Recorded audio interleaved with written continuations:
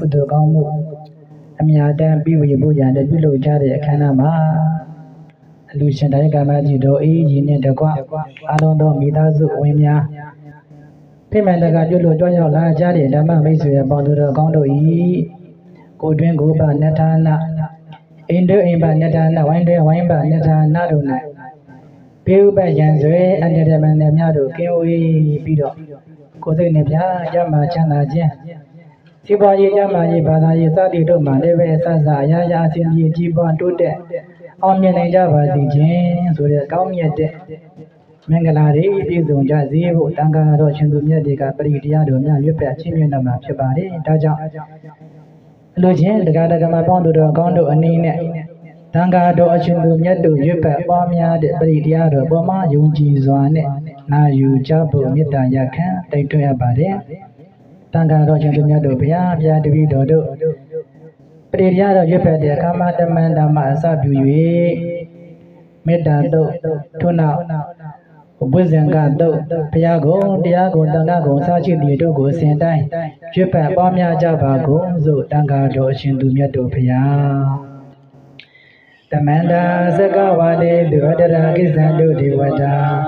တတမံမုလိရာသတ္တသုဏံဒုတကမောက္ခတံဓမ္မသဝနာကလောအယံပတ္တန္တာ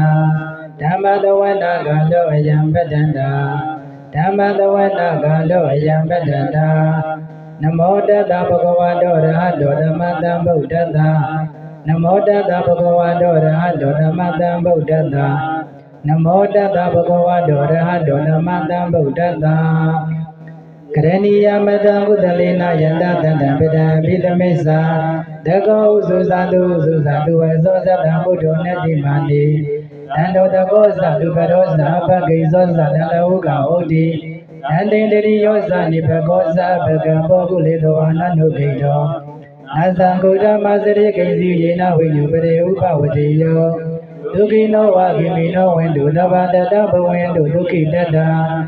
ယေကေစီပါဏဗုဒ္ဓတိတတဝါထာဝရဝနဝတေတဒီကဝါယေဝမန္တမေစိမာရတကနုကထုလာဒေတဝါယေဝဒိဋ္ဌာယေဝဒုရေဝတံတိအဝိဒုရေ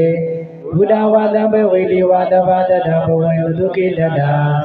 နာဘရောပရဏိကုဗေဒနာတိမိညေတကတစီနာကိဉ္စီ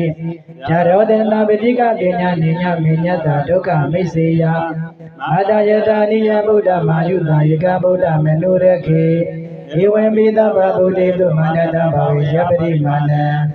မေတ္တေသသဗ္ဗလောကသမိမာနတဘဝေယပရိမာနံဗုဒ္ဓ